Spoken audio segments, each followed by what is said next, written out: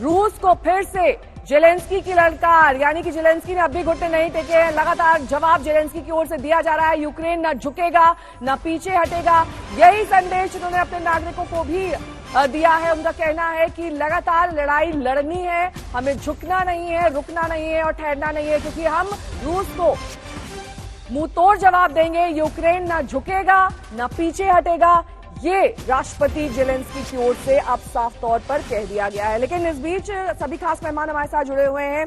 पीके श्रीवास्तव जी, जिस तरीके से पुतिन की इमेज पूरे विश्व में प्रोजेक्ट की गई और खास तौर पर जो वेस्ट कंट्रीज ने कोशिश की कि एक विलेन के तौर पर उन्हें पेश किया जाए, उसमें कहीं ना कहीं वो कामयाब हो गए।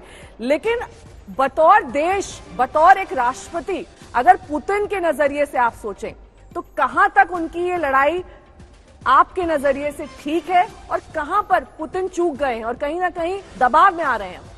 देखिए, जहां तक जो लड़ाई लड़ी जाती है उसके कई डायमेंशंस होते हैं। आप एक एयर डायमेंशन होता है, एक नेवल डायमेंशन होता है, एक लैंड डायमेंशन होता है, लेकिन उसके बाद सॉफ्ट डायमेंशन भी बहुत सारे हैं। जैसे कि इमेज बिल्डअप है, जो इंफॉर्मेशन डायमेंशन है, उसमें पुतिन जरूर ये लड़ाई हार चुके हैं, उनको डेमोनाइज किया गया है।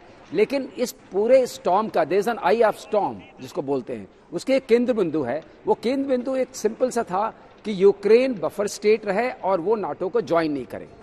तो अब राष्ट्रपति जेलेंस्की को सोचना पड़ेगा कि उनको अपने राष्ट्र हित की चिंता करनी, कि जो लड़ाई हो रही है उनकी जमीन पर हो रही है।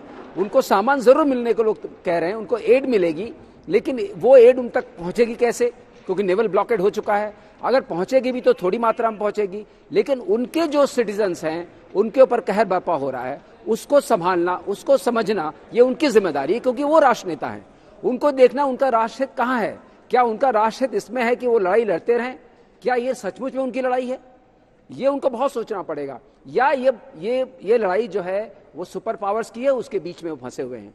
इसका उसे कहते हैं आकलन उनको करना पड़ेगा। जब तक इसका वो सही आकलन नहीं करेंगे, क्या उनके मन में ये सोच है कि वो रूस को हरा देंगे? ये सोच कितनी प्रैक्टिकल है? उनको रूस को हराने के लिए, जो कि एक न्यूक्लियर पावर भी है और एक बहुत बड़ा न्यूक्लियर पावर है, प्लस उसके पास जो हम बोलते हैं टैक्टिकल वॉरफेयर की बहुत सारी सामग्री है, उसको झुका पाना, और ऐसे राष्ट्रपति को जिसको जाना जाता है कि बहुत फर्म है अपने में, उनको झुका पाना क्या पॉसिबल है? तो इस पूरी कवायद को हमें शांति दौर की तरफ ले जाना पड़ेगा। मेरे ख्याल से विश्व के सामने भी और कोई रास्ता नहीं है, तो कोई ना कोई इसके लिए रास्ता निकालना पड़ेगा। वो रास्ता इसी में होगा जो एक छोटी सी बात है, जो बिगनिंग वाली बात थी, जो आई ऑफ स्टॉर्म है, कि यूक्रेन ये मान जाए और यूएस ये मान जाए, नाटो ये मान जाए कि ये यूक्रेन जो है वो नाटो का हिस्सा नहीं बनेगा। अब ये समझने वाली बात है, क्या नाटो का हिस्सा बनने से यूक्रेन की जो तरक्की है और जो उसका विकास है वो ज्यादा हो सकेगा?